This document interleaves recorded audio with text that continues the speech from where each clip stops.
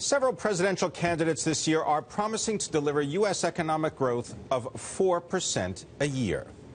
There's not a reason in the world why we cannot grow at a rate of 4% a year.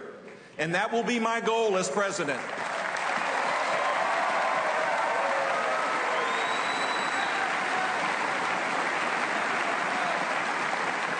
%4 growth and the 19 million new jobs that comes with it. We need to get our economy growing again at 4% or greater, and the reason we do is because we have to make this once again the country my mother and father told me it was. All right, the 4% solution. Well, the thing is that is almost impossible to accomplish except under extraordinary circumstances. Our economics editor, McKee, has been doing the math. Michael. Yeah, I hate to disappoint Jeb Bush, but there are a couple of really big reasons why we can't necessarily get to 4% very easily. There are two components to potential growth. One is the size of the labor force. Is that growing? And the other is productivity. Is that growing? And now you can see on this graphic here that both are declining. We saw a big rise in the labor force growth, which is the white line, when the baby boomers came into the labor force and women started working. But for the last 10 years, that's been declining significantly. And you can see productivity all the way over on the right-hand side of the screen is also going down.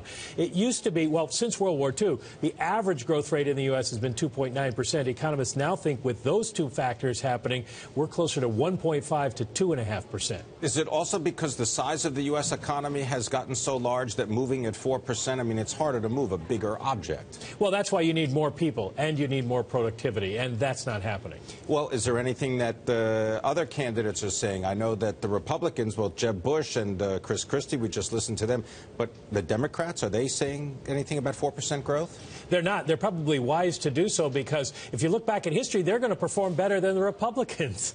It turns out that under Democratic presidents, the economy has grown almost twice as fast as it has under Republican presidents. Economists Alan Blinder and Mark Watson studied all the records since World War II. And you can see on the screen here that it's been Democratic presidents, with the exception of Ronald Reagan's second term, who performed the best in office. Conversely, the 4 of the 5 worst performances have come under Republican presidents. And is there any reason for this? Can you determine what it is that those Democratic administrations have done in order to produce those growth rates? Well, Blinder and Watson looked at it, and they couldn't find a particular partisan reason why that may have happened, but they think it's luck and timing partly.